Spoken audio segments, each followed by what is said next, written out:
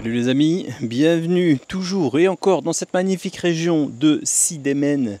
Je continue ma petite série de création de vidéos sur YouTube en vous partageant les petits sujets qui me passent un petit peu comme ça par la tête. Et aujourd'hui, je voudrais te partager un sujet assez intéressant, que j'ai trouvé assez éloquent, on va dire. Parce que tu sais, j'ai des Airbnb à Bali.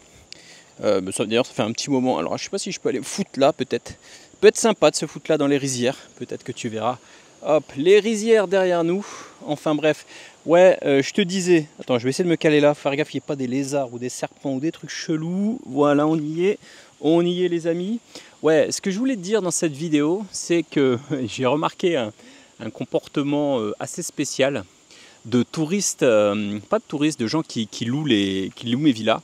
Et je voudrais te parler de ça puisque ça peut en fait te parler si toi tu es entrepreneur, freelance, etc. etc. Même salarié ça peut marcher, ça peut aussi s'adresser, il y a des bêtes, il y a des fourmis qui me montent dessus. Ouais, c'était quoi le sujet? C'est que j'ai des Airbnb à Bali que je loue environ entre 4 et 6 millions la nuit de roupies, ce qui fait, je sais pas, entre 200, 300. Oh putain, 200, je me fais piquer, 200 et 300, 400 euros la nuit, ça dépend à Bali.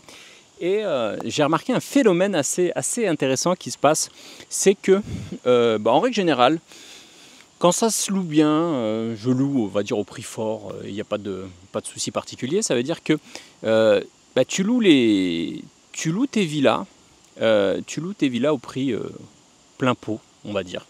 Et généralement, la typologie de clients qui vient, c'est des villas assez chères. Hein. Je veux dire, quand tu payes 200-300 euros la nuit, alors certes, c'est des clients exigeants, c'est-à-dire qu'on s'arrange à ce que tout soit clean, on s'arrange à ce qui est... Les gens peuvent avoir une bouteille de vin, des choses comme ça à l'arrivée, enfin voilà, du service, quoi, un staff qui est là, qui les accompagne et tout, donc ça, c'est pas le souci. Mais en règle générale, les gens qui peuvent payer 200-300 euros, voire plus la nuit dans l'hôtel, posent pas trop de questions et réservent directement. Ça veut dire font des réservations instantanées.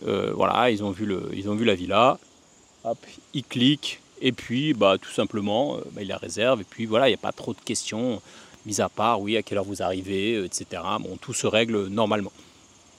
J'ai remarqué que ce qu'on fait en fait quand le mois est un petit peu plus mort, dans les saisons un petit peu plus creuses, ou que le mois c'est pas très bien booké, ce que je fais c'est que j'adapte les prix, tout simplement.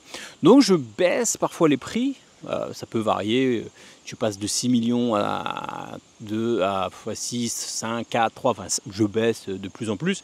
Et puis parfois effectivement quand c'est vraiment dead, tu te mets à baisser, mais alors là tu vois, tu baisses, tu as vraiment des prix très très bas, genre on a fait des prix à 2 millions 5, 3 millions, mais vraiment même encore plus bas, tu fais quand même 100 balles, mais voilà, tu vois, c'est normalement pour ces villas c'est beaucoup plus cher.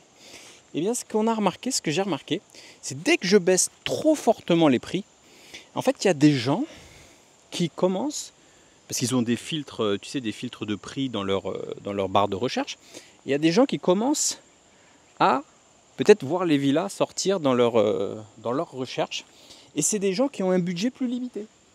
Et en fait ce qui est marrant avec les gens qui ont un budget plus limité, c'est qu'en plus, bon, tu as un budget limité, c'est ok, mais c'est clairement un type de clientèle qui casse les couilles. Ça veut dire quoi?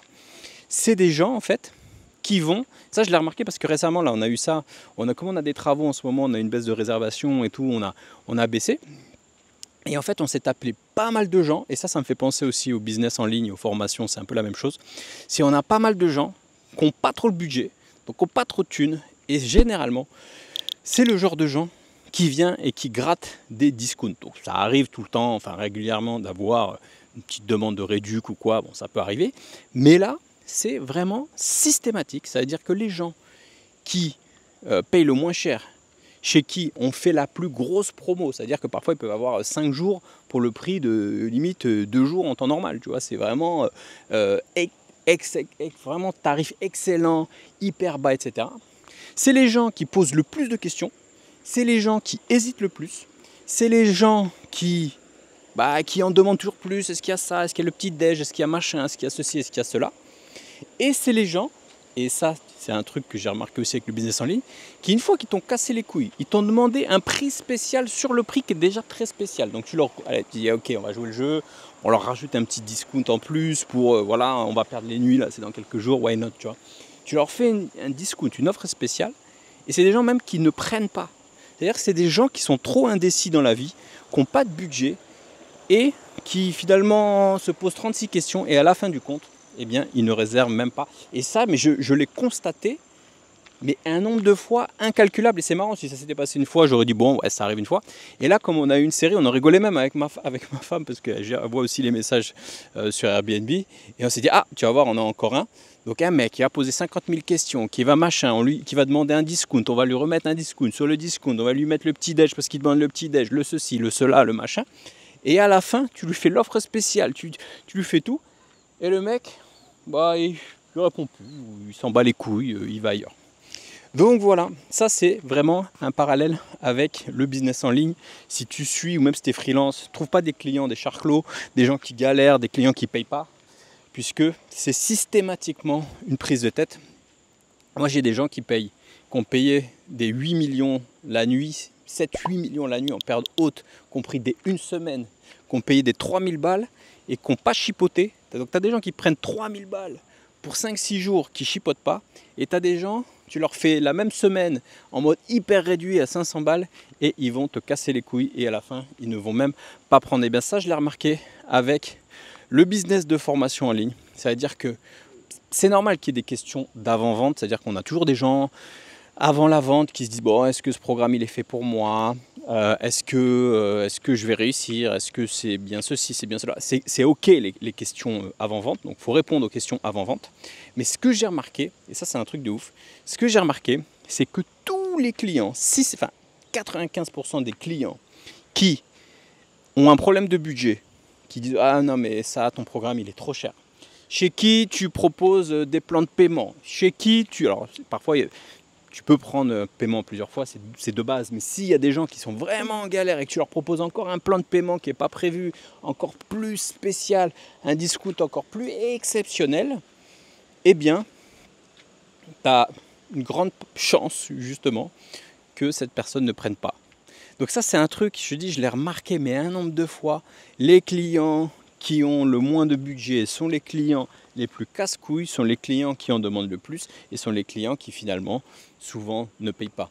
Donc résultat de l'affaire, quand tu as un business, il vaut mieux cibler des clients qui ont un plus fort pouvoir d'achat. Ça paraît tout con dit comme ça, mais tu vois, c'est un peu contre-intuitif parce que tu dis les gens qui payent cher, ils vont en demander plus, ils vont être plus exigeants, ils vont être plus casse-couilles. Et bien en fait c'est l'inverse, c'est les pauvres les plus casse-couilles. Voilà, sur ce je te laisse, ciao ciao.